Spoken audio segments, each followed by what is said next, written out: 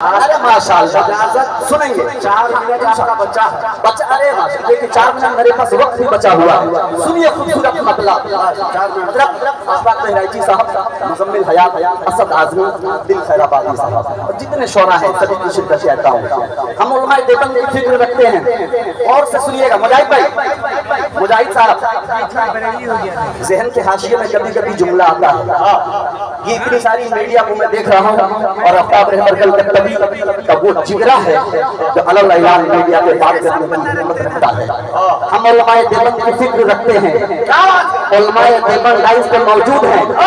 نماز پڑھے علماء دیوبند، روزہ رکھے علماء دیوبند، حج کرے علماء دیوبند، زکات دے علماء دیوبند، نوافل پڑھے علماء دیوبند، اپنے جیب میں مسواک رکھے علماء دیوبند، تہجد پڑھے علماء دیوبند، اشراق پڑھے علماء دیوبند، چاش پڑھے علماء دیوبند. اور جنتی ہونے کا دعویٰ کوئی اور کرے ایسا نہیں ہوگا.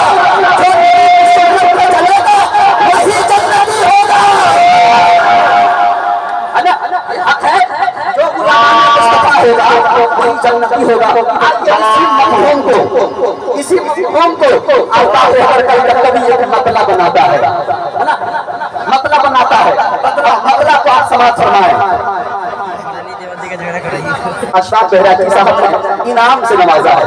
اللہ تعالیٰ سلامت. وہ بھی شعر پہ نہیں، جملوں پہ. ارے شعر یہ جملہ ایک بار اور بول دیا.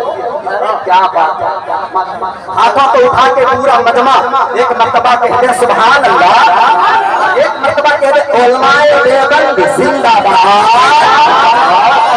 میں نے حقیقت پر مبنی صداقت سے لبریز جملہ کہا ہے کہ نماز علماء دیوبند، نماز کی پابندی علماء دیوبند کرے، روزہ علماء دیوبند رکھے، زکات علماء دیوبند دے، حج علماء دیوبند دے، حج میں علماء دیوبند جائے، چاش علماء دیوبند پڑھے، زکات علماء دیوبند دے، اور تعلیم علماء دیوبند پڑھے، اور تہجد بھی علماء دیوبند پڑھے.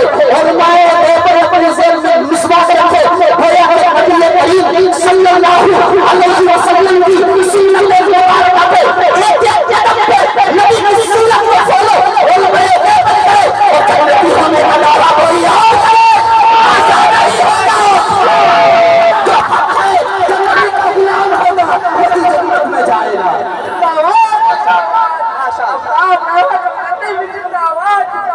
اس لیے آئیے آفتاب رحمت کا کبھی کسی بھی مسلک سے انگشت نمائی نہیں کر رہا ہے، یہ حقیقت بتا رہا ہے.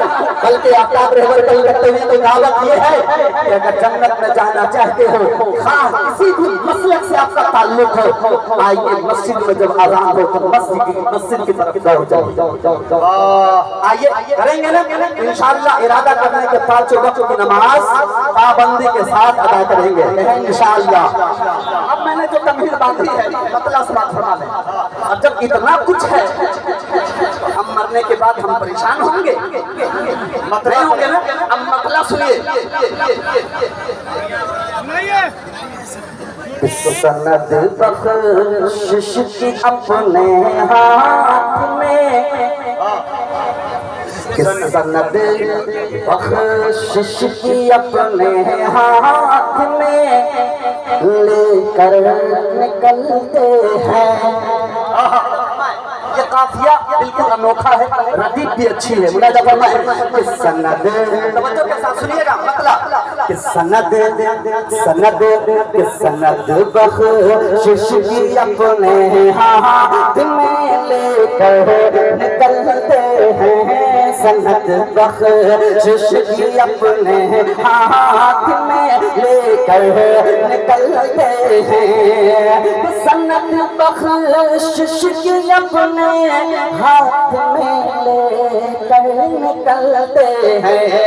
سند بخشش کی اپنے ہاتھ میں لے کر نکلتے ہیں.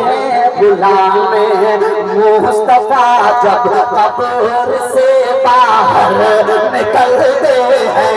غلام مصطفیٰ جب قبر سے باہر نکلتے ہیں. غلام مصطفیٰ جب قبر سے باہر نکلتے ہیں.